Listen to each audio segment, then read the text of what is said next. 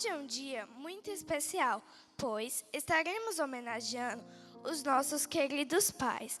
Para nós do Coral Infantil é ainda mais especial, pois vamos cantar para vocês, papais. Obrigado pelo carinho, cuidado, dedicação e especialmente pelo seu exemplo. Nós chamamos. Ouçam essas duas canções que preparamos para vocês.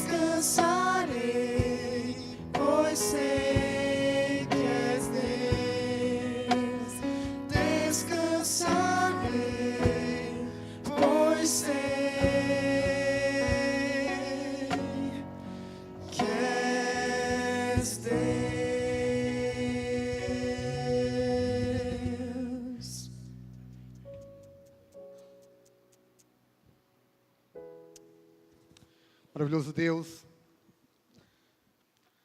nós somos gratos porque em Ti nós podemos descansar. Sabe, Senhor, alguns de nós saímos essas férias confiando em nossas forças, em nossa capacidade, mas vimos claramente que é o Senhor que opera, que é o Senhor quem dirige, que o Senhor cuida. Sabe, alguns de nós estamos inquietos e precisamos ter uma paz no coração que nenhuma resposta humana pode fornecer. Por essa razão, Senhor, nós queremos descansar em Tua presença mais uma vez esta noite. Ensina-nos, Senhor, a confiar. Ensina-nos, Senhor, a avançar, certos que o Senhor irá conosco, mesmo que tenhamos que enfrentar o vale da sombra da morte. Perdoa-nos, Senhor. Salva-nos. Transforma-nos. Esta é a nossa oração. Em nome de Jesus. Amém.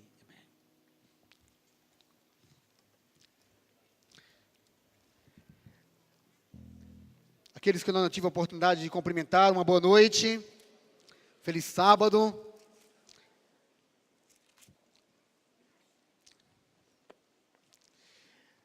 Nós ouvimos o coral infantil cantando belamente esta noite, em homenagem aos pais. E nesse final de semana, onde tradicionalmente nós tiramos algum tempo para homenagear essas pessoas tão especiais, que são os pais, o sermão dessa noite não poderia ir em outra direção, senão em falar também de um pai. E o tema que eu escolhi para essa noite foi o coração do pai. Coração do pai. Eu não sei quantos dos que estão aqui têm os seus pais perto de si esta noite. Quem está perto do pai aqui hoje à noite? Quem está perto do pai? Levanta a mão. Eu queria que, se você está perto do pai, você se levantasse e desse um abraço caloroso no seu pai. Vamos lá? Você está perto do seu pai, levanta, dá aquele abraço, fala assim: velho, eu te amo. Você é o cara. Minha mesada está atrasada, vê se aumenta. Beleza, agora, quantos que estão aqui esta noite são pais, mas os filhos não estão aqui perto? Levanta a mão. Quem é pai, mas o filho não está perto aqui? Pode ficar em pé aqueles que são pais e os filhos não estão aqui? Todo mundo que é pai e o filho não está aqui. Levanta aí. Ok, agora, alguém poderia dar um abraço por correspondência nesse pai que está aí ou não? Pastor Luiz Nunes aí está recebendo. Beleza. Bacana. Agora, quem são os filhos que aqui estão e os pais não estão aqui? Levanta a mão. Quem é filho? Agora, eu queria que os pais dessem um abraço nesses filhos que estão carentes aí, ó. Sozinhos e tal. Legal. Tá vendo aí a atitude bacana, bonita? Uma atitude bonita como a dos meninos que estavam sentados aqui do meu lado. Antes de entrar agora para pregar, a minha lente, miraculosamente, decidiu pular do meu olho e mergulhar no chão da igreja do campus. Orem por mim, porque eu coloquei ela suja mesmo no olho, para que o olho não caia durante a pregação.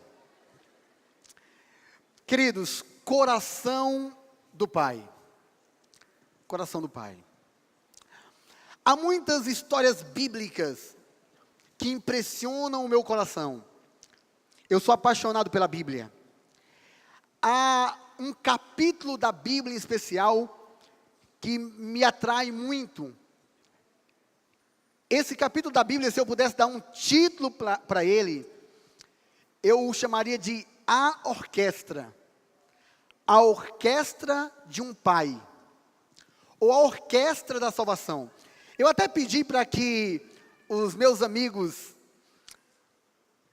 Priscila, Robert, Neemias e a professora estão aqui com um único propósito. Eles vão me ajudar a resumir um capítulo da Bíblia. O capítulo 15 do livro de Lucas. Você tem aí uma Bíblia? Abra sua Bíblia em Lucas, capítulo 15. A orquestra da salvação. Eu vou pedir para que eles se posicionem aqui. Márcia, Neemias, Robert e a Priscila. E vão se posicionar. Obviamente que a professora Márcia no piano vai conduzir ali a melodia principal.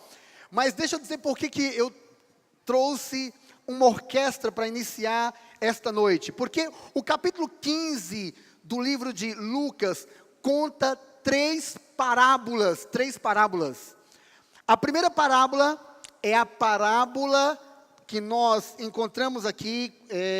Jesus primeiro recebe os pecadores. Nós encontramos a primeira parábola, que é a parábola da ovelha perdida. Depois nós encontramos a segunda parábola, que é a parábola da dracma perdida, ou da moeda perdida. E finalmente nós encontramos a terceira parábola, que é a parábola do filho pródigo. Agora, por que eu acho que o capítulo 15 de Lucas é semelhante a uma pequena orquestra? Não sei se nem dá para chamar de orquestra com 4. Não dá, né? Mas digamos que um resumo do sumário, da simplificação de uma orquestra. Preste atenção, eu vou pedir para que eles toquem, cada um, uma parte de uma canção. Começando pelo Robert. A mesma canção, obviamente, eles vão tocar, ok?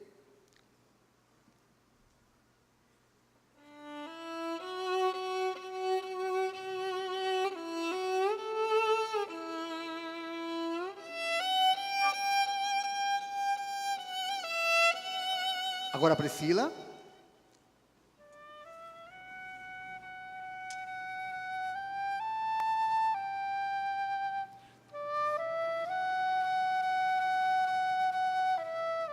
Agora o Neemias.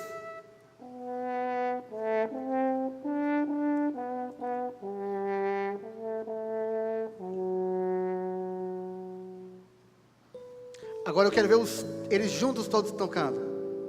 Vamos lá.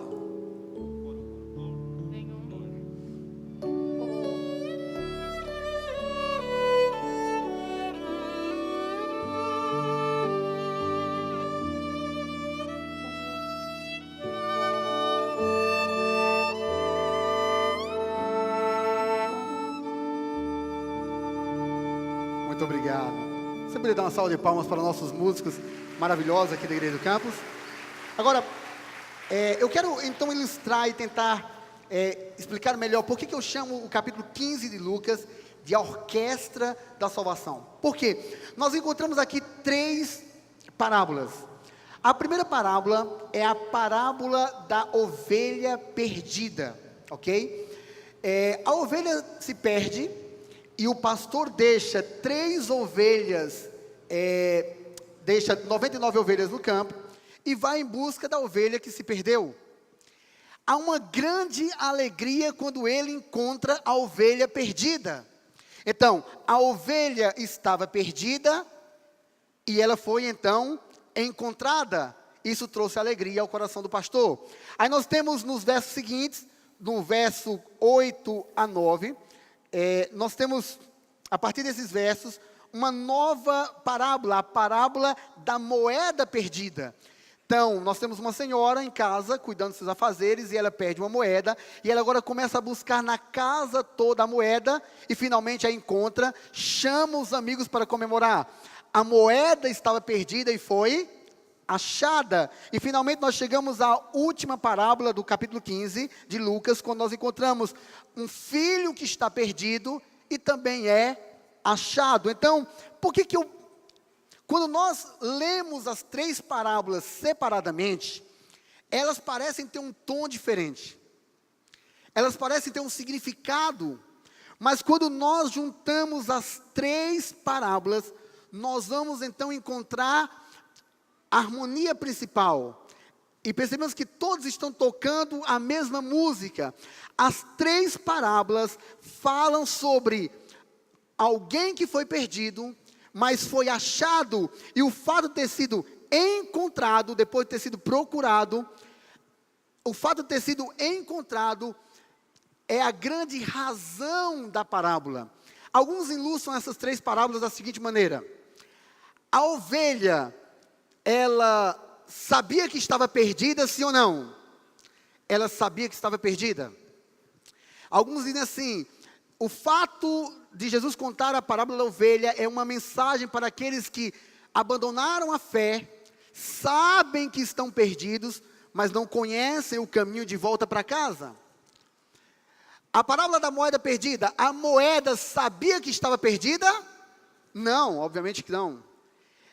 Representando o fato daqueles que estão no mundo, que ainda não conhecem a Deus, estão perdidos e não conhecem o caminho de volta para casa. E finalmente nós chegamos à terceira parábola, a parábola do filho pródigo, que na verdade, ele sabe que está perdido e conhece também o caminho de volta para casa. O fato é que, embora as parábolas enfatizem uma ovelha perdida, uma moeda perdida e um filho perdido, o que a parábola realmente, as 3 parábolas, quando estão unidas, elas transmitem, é que há alegria quando aquele que está perdido é encontrado.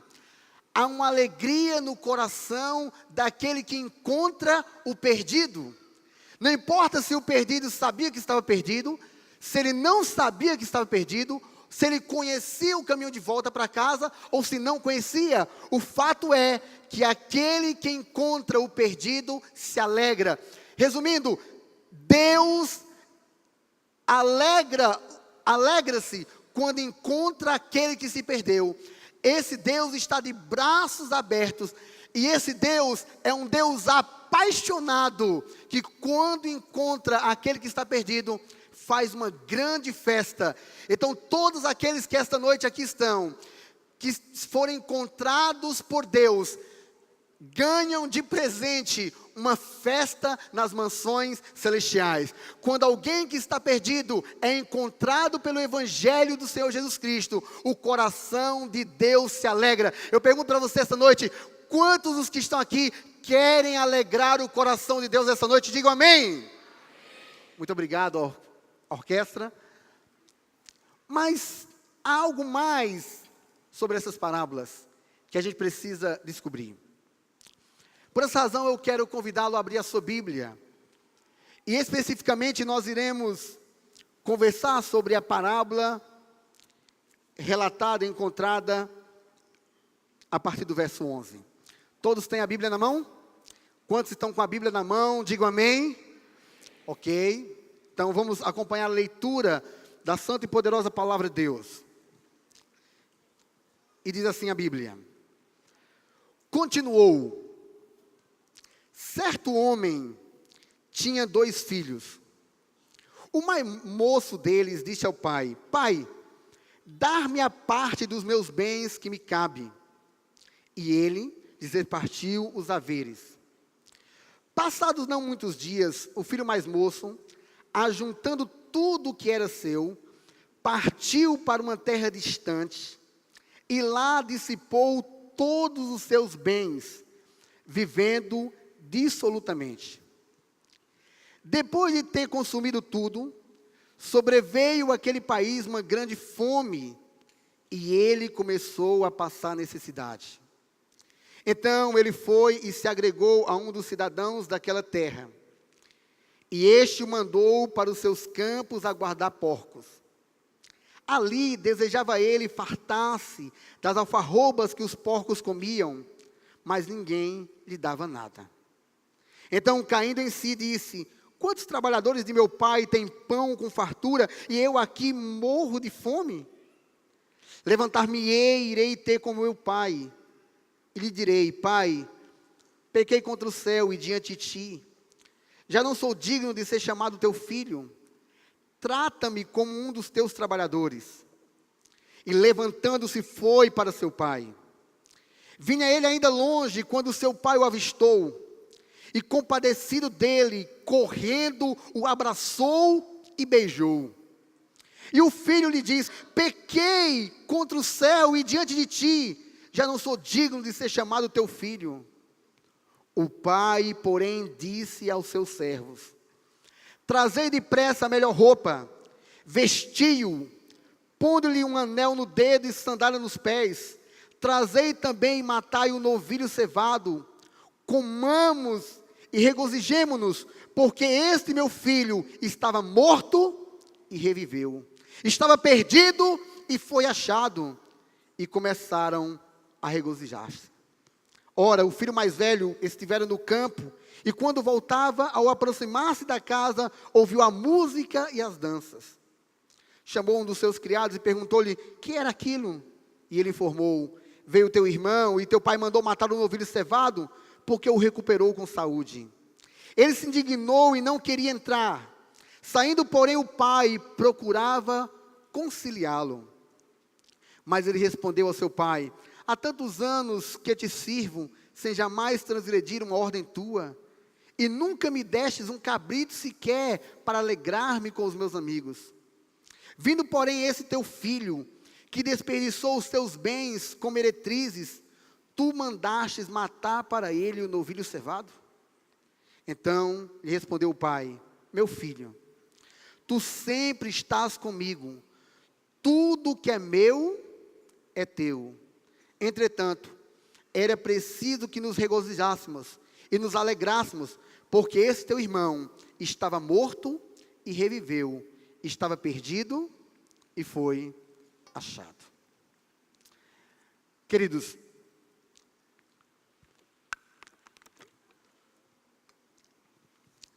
essa parábola do capítulo 15 de Lucas, ela nos conta a história de dois filhos radicalmente diferentes. Ela parece uma metáfora um pouco absurda, porque além de apresentar dois filhos radicalmente diferentes, apresenta um pai apaixonado.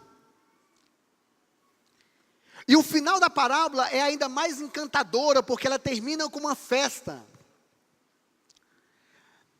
Aqueles que estudam um pouco mais a Bíblia, e estudam numa linha temática, sabem que o tema principal do Evangelho de Lucas é a salvação. E no capítulo 15, o tema da salvação é apresentado com duas palavras: perdido e encontrado. Então, as três parábolas em conjunto presentes no capítulo 15 de Lucas, elas falam sobre um Deus que está buscando encontrar aqueles que estão perdidos. Elas ressaltam a alegria de Deus ao encontrar os perdidos. Foi por conta da perdição que um plano de salvação foi preparado. E você sabe que antes da fundação do mundo, Deus já tinha um plano para salvar a humanidade, caso a humanidade caísse em pecado. Então nós encontramos dois filhos diferentes. Eu tenho apenas uma filha, vou encontrá-la amanhã, pela graça de Deus. Mas tem alguns de vocês aqui que têm dois filhos. O Ilvo está se preparando para receber um segundo filho agora, né?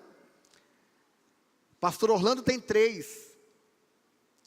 Tem alguns aqui que talvez tenham até mais de 3.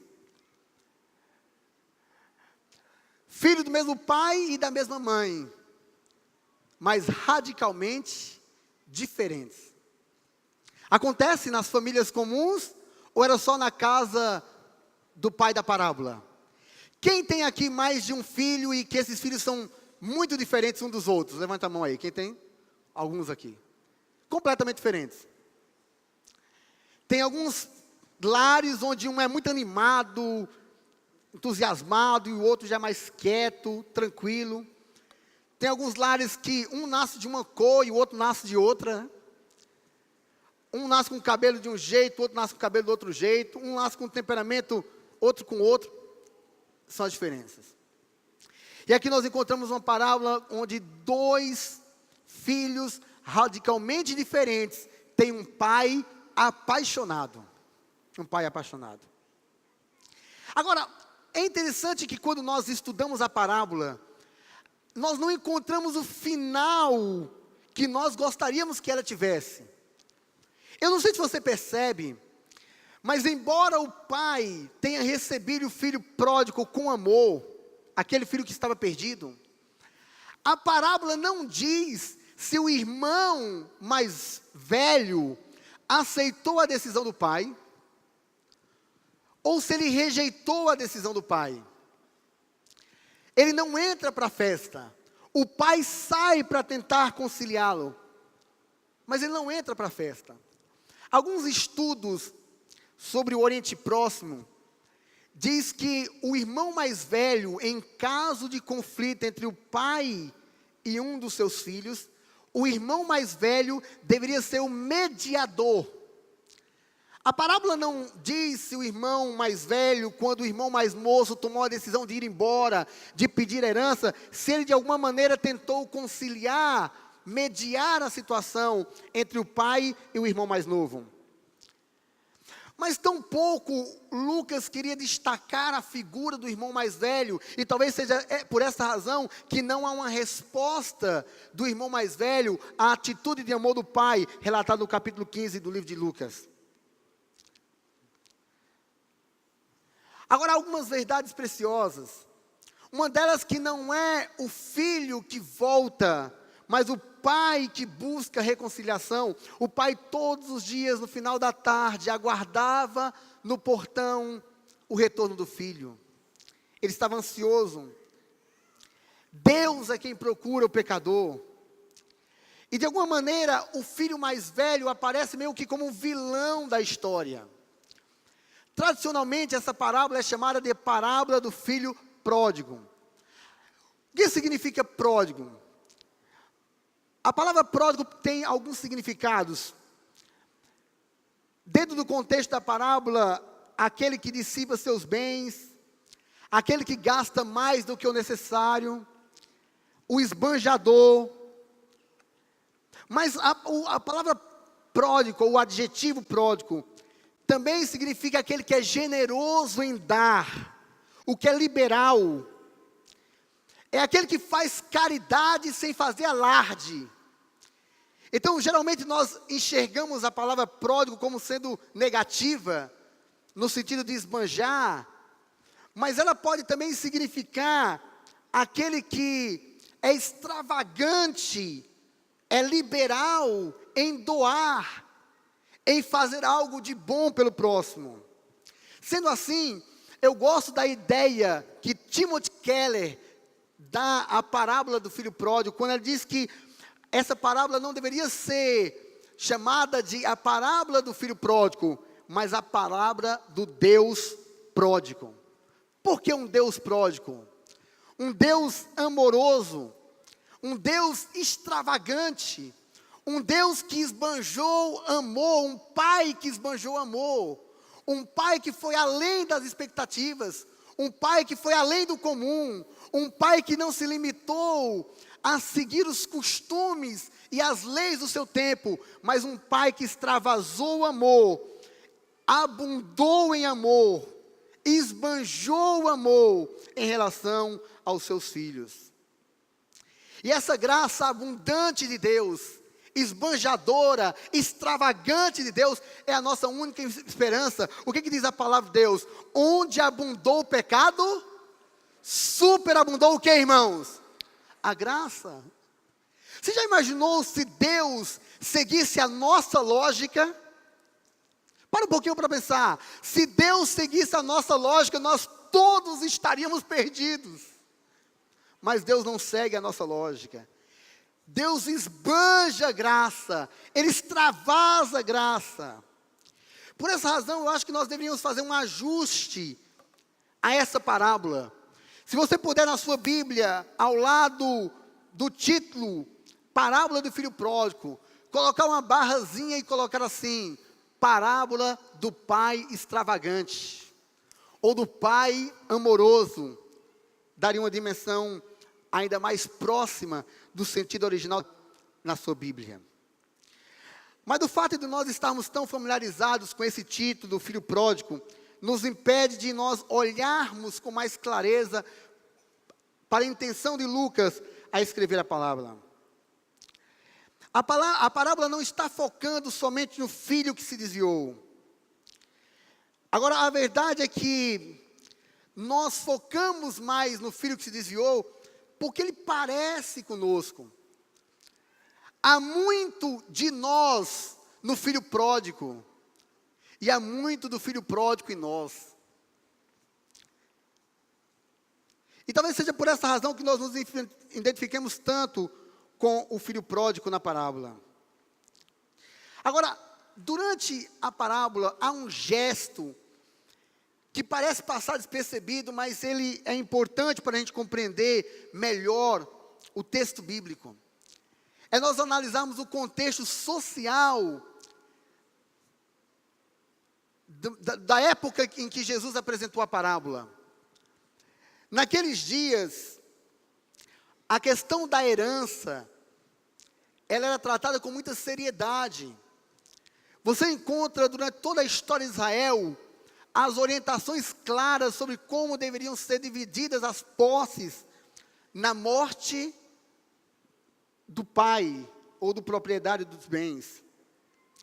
Então, ali no Oriente Próximo, onde a história se passa, nós temos um problema grave apresentado na parábola, que é o fato do filho mais novo pedir a herança do pai.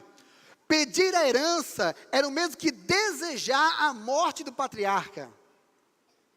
Era uma falta tão grave que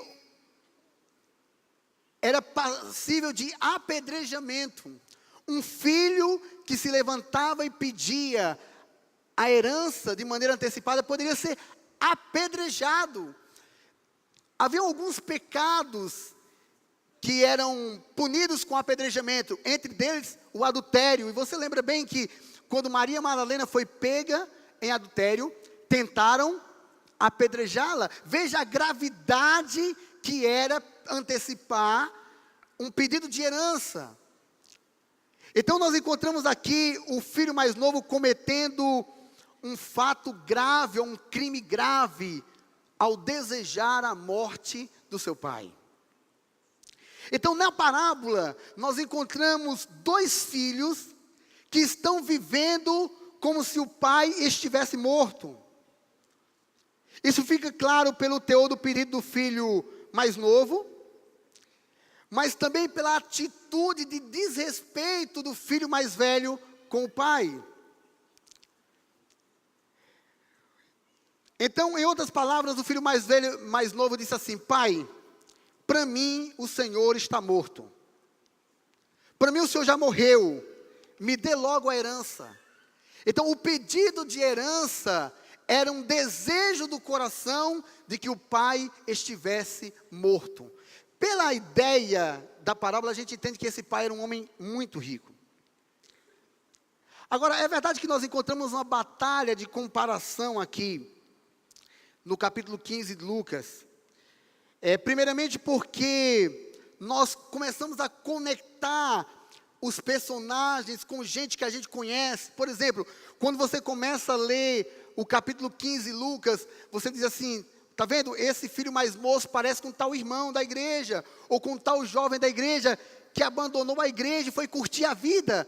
O filho mais velho é esse filho rancoroso, amargo, infeliz. Parece com alguns que estão na igreja, que são infelizes e amargos. A verdade, amigos, é que essa noite eu quero desafiá-los a se enxergar dentro da parábola. E por essa razão eu quero que vocês repensem a maneira de ler essa parábola. Porque essa parábola nos revela também uma nova definição sobre o que é pecado. Nós estamos acostumados a pensar em pecado como comportamento. Aquilo que nós fazemos e aquilo que nós deixamos de fazer. Agora, na parábola nós entendemos que pecado é muito mais do que desobedecer regras. Pecado é viver como se Deus estivesse morto. Pecado é viver como se Deus estivesse morto. E aqueles dois filhos da parábola estavam vivendo como se Deus estivesse morto, como se o Pai estivesse morto. Agora, existem duas maneiras de viver, como se Deus estivesse morto. Existe a maneira de viver como se Deus estivesse morto do lado de fora, e existe a maneira de viver como se Deus estivesse morto do lado de dentro. A primeira maneira de viver como se Deus estivesse morto do lado de fora, ela é óbvia, e ela pode ser encontrada rapidamente na parábola. É a ideia de ser um perdido, de quebrar todas as regras, de sair de casa, de ir para uma terra distante, de consumir tudo pelo prazer momentâneo, instantâneo, descartável. É chegar à humilhação de não ter nada para comer, nem mesmo as alfarrobas que são dadas para os porcos. É tornar-se quase o pior de todos os animais, os porcos, imundos para os judeus. Essa seria uma maneira de viver como se Deus estivesse morto. E a verdade é que viver alienado de Deus te torna pior do que os animais. Quando nós estamos longe de Deus, nós estamos animalizados. Porque longe de Deus a gente começa a seguir os nossos próprios instintos. Deixa eu explicar isso de maneira mais clara para você. Pensa aqui comigo. Qual a função do Espírito Santo? A Bíblia diz que o Espírito Santo diz: este é o caminho, andai por ele. Quando nós estamos vivendo longe de Deus, é como se nós baixássemos a voz do Espírito Santo do nosso coração. Quando nós estamos vivendo perto de Deus, é como se nós amplificássemos a voz do Espírito Santo. Quando eu não tenho mais a voz do Espírito Santo falando fortemente, não é que o Espírito Santo deixou de falar, eu que começo a baixar o volume da influência do Espírito Santo na minha vida, eu começo a seguir agora meus próprios instintos, eu não tenho mais a direção para seguir, e todas as vezes que eu sigo os próprios instintos, os instintos do meu coração, eu estou me tornando mais parecido com um animal. O que torna o ser humano humano é a capacidade de escolher um caminho. Quando ele agora é controlável pelos seus instintos, pelas suas paixões, ele está se tornando como um animal.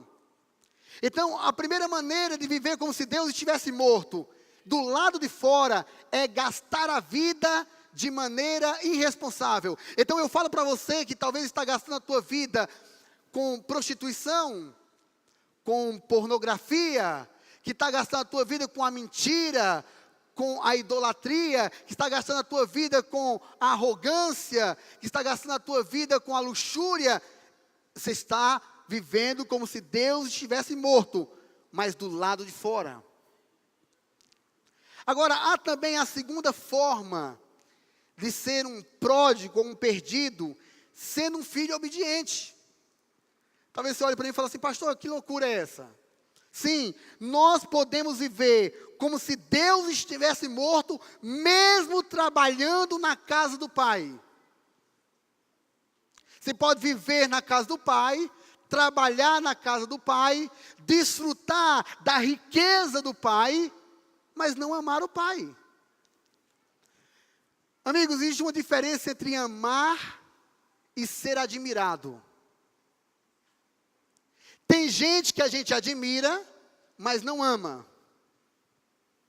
Você concorda comigo? Tem alguém por aí que você admira, mas você não ama?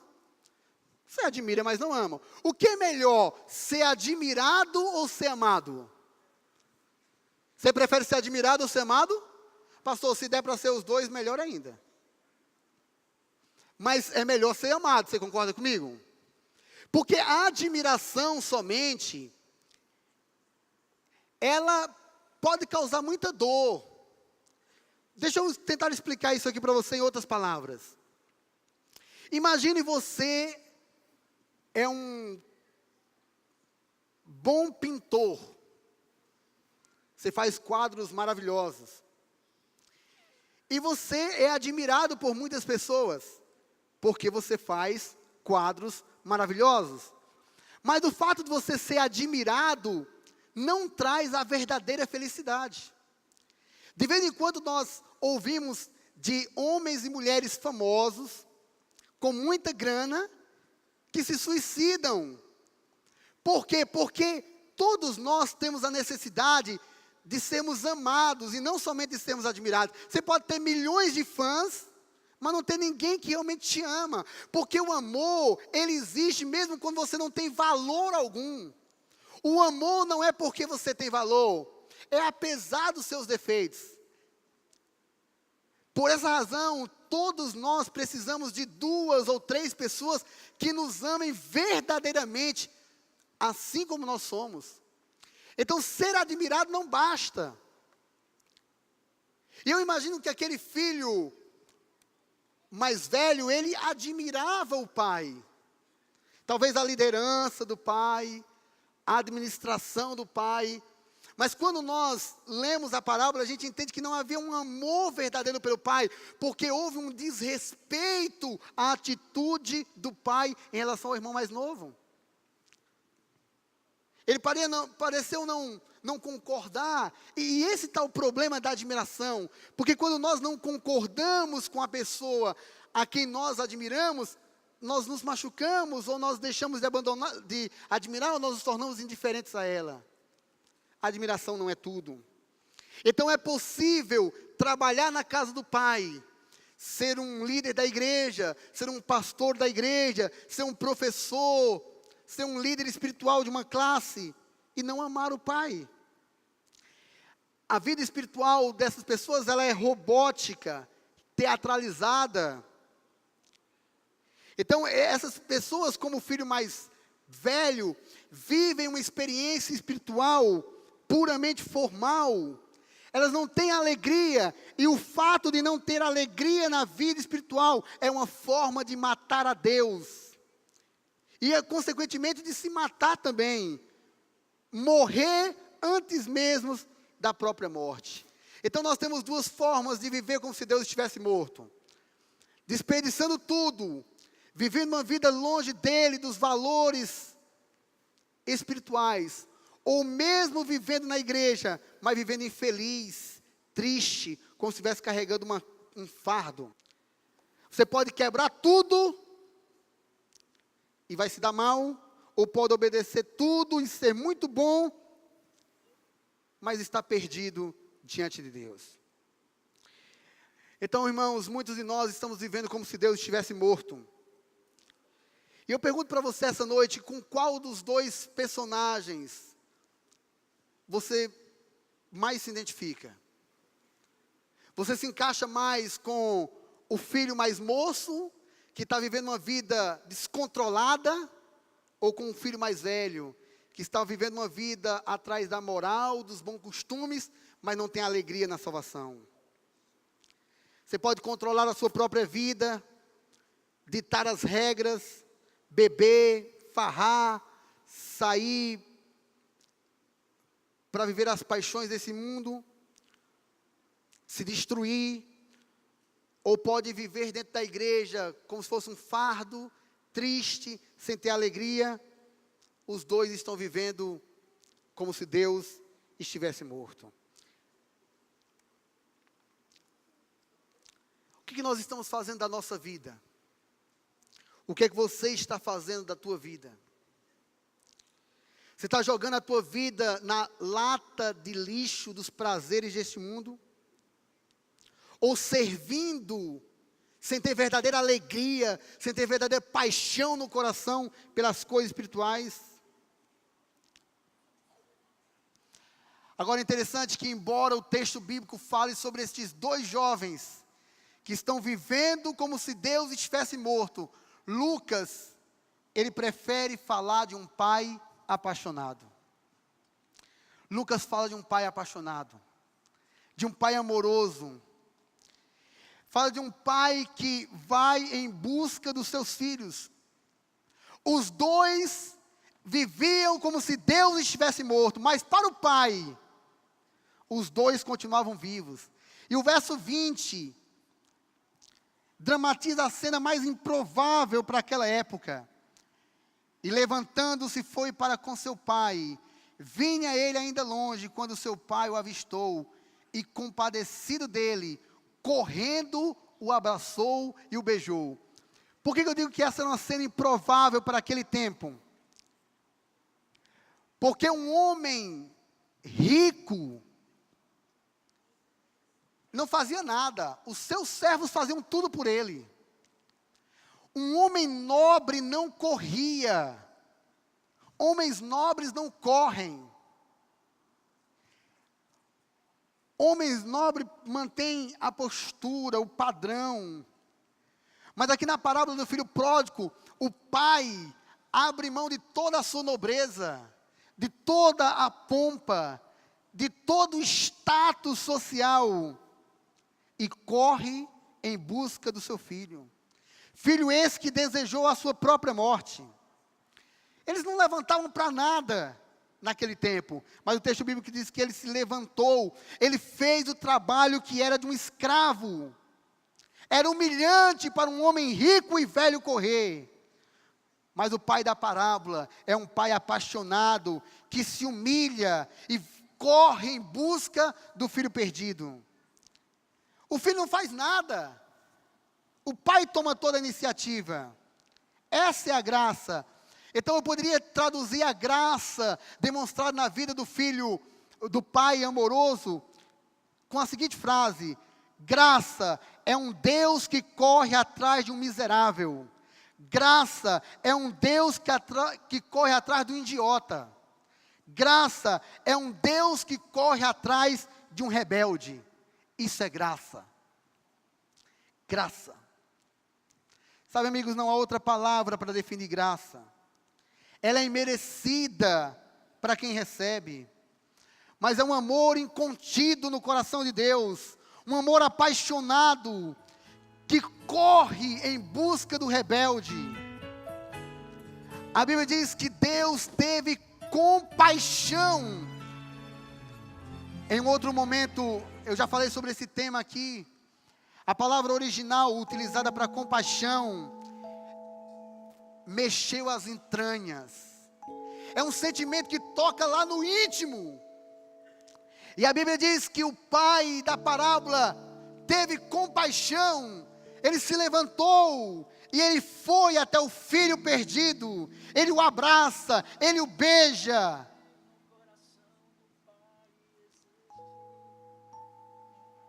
Que ato de amor. O ser humano precisa até mesmo de Deus, até de Deus, ou de Deus, até para conseguir entender e aceitar a sua nova condição como filho querido. Sabe, amigos, Deus é como um homem velho, um pai rico, um homem idoso, que decidiu doar de si mesmo para filhos rebeldes, que decidiu ser extravagante, que decidiu abrir mão do seu status para salvar. Deus é semelhante ao pai da parábola, um pai amoroso, e não importa por onde você andou, não importa se nessas férias você colocou as tuas mãos na lama, se os teus pés estiveram no charco da lama, se você visitou um prostíbulo, se você acessou sites que não deveria acessar, se você mentiu, se você se envolveu com drogas, não importa. Deus é um pai amoroso, um pai que corre para abraçar, um pai que desce as escadas do seu palácio em direção ao pecador para o aceitar de volta. Um pai que abre os seus braços, um pai que ama até o fim, um pai extravagante que ama o rebelde. Nós deveríamos beijar os seus pés, mas é Ele que nos beija. Ele olha para nós e diz: você está perdoado. Nós deveríamos oferecer um anel de ouro para esse pai de amor, mas é Ele que nos presenteia e diz: você é meu filho. Nós deveríamos beijá-lo, calçar os seus pés, mas é Ele que nos entrega sandálias. E Ele diz: você é livre, você não é escravo. A cruz de Cristo é o símbolo da nossa perfeita aceitação. E não importa quem eu sou, por que caminhos eu andei, o que eu escolhi fazer, por onde fui, se até mesmo me tornei um animal, se vivi pelos meus instintos, se fui distante demais, o Deus extravagante corre até nós hoje. Um Deus extravagante nos chama novamente de filhos e diz: você é salvo, você está salvo, você foi encontrado. Sabe, amigos, é verdade que a parábola não tem um final. Nós vamos precisar escrever o final da história essa noite. Tudo que Deus espera é que nós devolvamos o nosso coração a Ele em amor. Ele deseja o nosso amor como resta. Ele deseja o nosso coração como símbolo de um novo começo. Ele quer que nós entreguemos tudo a Ele, que morramos por Ele, vivamos intensamente por Ele, que o glorifiquemos. Nós não precisamos devolver as riquezas que levamos de casa. Você não precisa tentar consertar as coisas. Ele te aceita exatamente como você é. Eu não sei como é que está o teu coração aqui esta noite, mas há um Pai de amor entre nós. Talvez essas férias tenham sido as férias que você mais lutou contra o pecado. Você batalhou duro, mas acabou fracassando. Sujou os teus pés no lamaçal de pecado. Viveu longe dele. Seguiu o teu próprio coração. Talvez alguns dias você se ajoelhou diante de Deus e disse assim: Deus, eu não vou mais pecar, eu não vou mais cair, mas voltou a cometer os mesmos erros. E talvez esta noite você veio para a igreja se sentindo sujo. Sabe, o Pai não diz: tome um banho e venha. Dê uma ajeitada no cabelo. Talvez você tenha uma passadinha no Nailton ali, deu uma ajeitada no cabelo, comprou uma roupa legal, veio para a igreja lindo, linda, maravilhosa essa noite. Mas por dentro você fede como aquele filho perdido que estava vivendo com os porcos. Você olha para você mesmo e tem nojo de quem você é. Você se sente culpado e tem medo da ira de Deus. Eu quero dizer essa noite que o Pai amoroso vai em busca dos filhos rebeldes, que é um Pai de amor que abre os seus braços. Sabe, amigos, essa é uma noite de aprender, é uma noite de ser aceito, é uma noite para sermos amados, é uma noite para reencontrarmos a graça e o perdão. Eu gostaria de dizer a você que você não precisa voltar perdido para casa. Não importa se você caiu 1, 2, 3 vezes essa semana. Não importa se você está vivendo uma vida de fachada, se você está com medo da ira de Deus. Não importa se as pessoas estão olhando para você e dizendo: está vendo aí? Ia para a igreja como se fosse o santo, a santa, mas está aí perdido. Esse Deus de amor te aceita essa noite. Esse Deus de amor te abraça essa noite. Esse Deus de amor te recebe de novo essa noite. Há uma canção que vai reafirmar no nosso coração essa linda história de amor. Essa canção se chama No Coração do Pai. Se você é um filho rebelde, desses que estão vivendo dentro da igreja, ou destes que vivem fora da igreja, mas gostaria de ser aceito e amado novamente, ser recebido de braços abertos novamente, enquanto essa canção é cantada, você pode vir e ser recebido novamente por Deus. Manda um lugar ao sol, um lugar aconchegante, de um bem-estar apaixonante pra eu estar. Sei que existem diversas pedras no caminho e muralhas impedindo a passagem,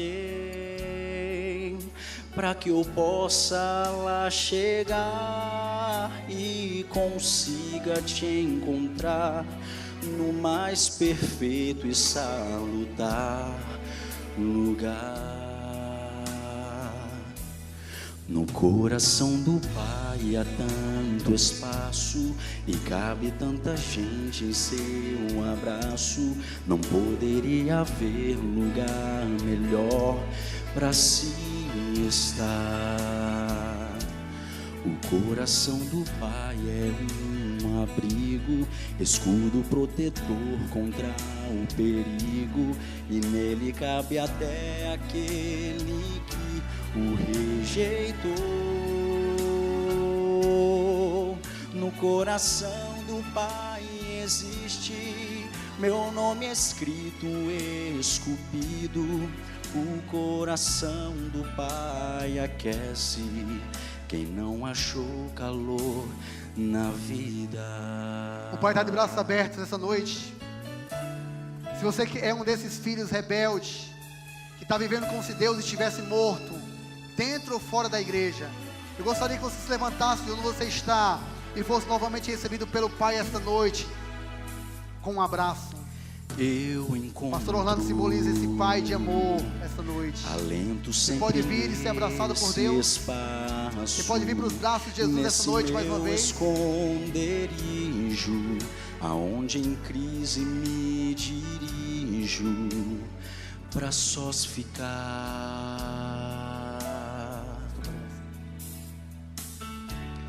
e recebo a força para o meu caminho e me torno então mais forte, mais seguro. Já não penso em desistir da vontade de seguir. O que mais poderia eu querer? No coração do Pai há tanto espaço e cabe tanta gente em seu abraço. Não poderia haver lugar melhor para se estar. O coração do Pai é um abrigo, escudo protetor contra o perigo, e nele cabe até aquele que o rejeitou. No coração do Pai existe meu nome escrito, esculpido. O coração do Pai aquece quem não achou calor na vida. O coração do Pai aquece, ele te envolve, ele te acolhe, ele te faz bem. No coração do Pai existe meu nome escrito e esculpido. O coração do Pai aquece quem não achou calor na vida.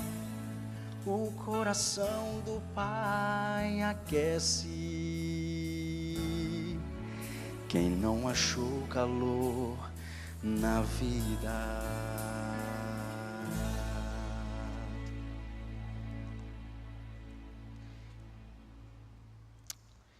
Esse é o Pai de amor. Eu não poderia terminar esta noite sem fazer um apelo. Alguns vieram para ser recebidos como filhos rebeldes pelo esse Pai de amor. Mas eu queria ser mais específico aqui esta noite. Há algum jovem aqui que, assim como o filho mais moço, abandonou a igreja, foi viver a sua vida de paixões, seguiu o coração, mas que esta noite quer voltar aos braços de Jesus e dizer assim: Pai, eu quero ser recebido novamente como teu filho. Eu aceitaria até o lugar de um escravo, mas o teu amor é tão extravagante, que eu aceito novamente ser teu filho. Eu quero voltar para a igreja, eu quero ser batizado, eu quero recomeçar a minha vida contigo. Tem alguém aqui que estava afastado da igreja, mas que esta noite quer voltar para os braços de Jesus? Alguém aqui? Se eu gostaria que você levantasse a sua mão onde você estiver e viesse até aqui à frente, viu? Em nome de Jesus. Alguém?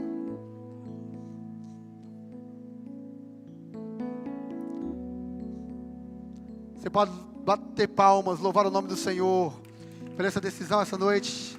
Louvado seja Deus. Deus abençoe a senhora. Há mais alguém aqui? Pastor, Deus está fazendo algo maravilhoso na minha vida. Eu nunca senti tanto desejo de me reconciliar com Deus como eu venho sentindo depois que eu cheguei aqui na FADBA. Eu cheguei aqui perdido, longe da igreja, longe de Deus, mas eu quero voltar aqui esta noite.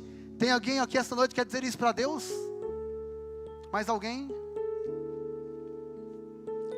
Tem alguém que nunca foi batizado, talvez não seja de uma família cristã, mas sente o Espírito Santo impressionando para tomar uma decisão ao lado de Jesus? Nós vamos ter batismo na semana que vem, no Vijobes. Alguém aqui que está decidido a declarar publicamente que ama Jesus através do batismo e gostaria nessa noite de receber um abraço carinhoso de um pai extravagante, de um pai de amor, que aceita filhos rebeldes e que torna preciosos, e que faz festa no céu por você. Amém, louvado seja Deus. Parabéns pela tua decisão. Há mais alguém? Eu posso orar? Tem alguém na galeria, alguém desse lado aqui? Pastor, eu preciso me reconciliar com Deus. Agora eu te fazer uma outra pergunta. Há algum filho rebelde que está vivendo como se Deus estivesse morto, mas aqui do lado de dentro da igreja, mas que está vivendo, carregando culpa, está faltando alegria espiritual na sua vida, e que esta noite quer se reencontrar com o Pai, e também ser abraçado? Eu queria que vocês levantassem a sua mão em nome de Jesus. Amém. Quantos querem recuperar a alegria? Levante a mão. Amém. Fecha teus olhos, abre o teu coração essa noite. Maravilhoso Deus, muito obrigado porque o Senhor é um Pai amoroso.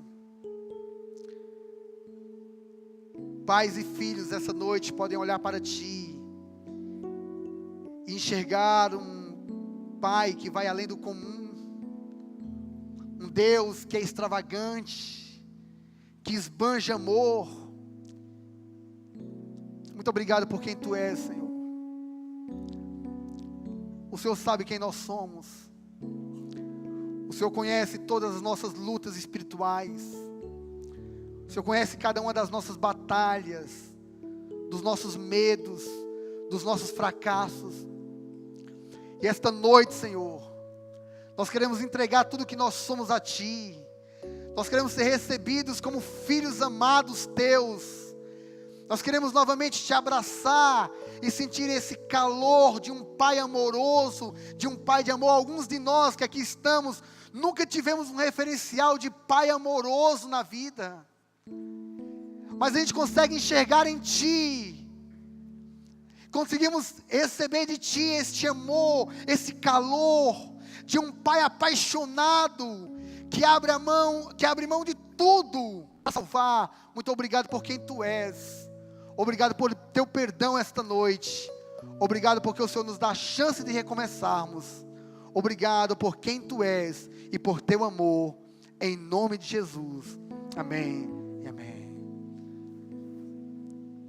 Com o amor de Deus o Pai, a graça de Cristo Jesus, Seu Filho, e a comunhão do Espírito Santo permaneça com todos nós, agora e para todos sempre. Amém e amém.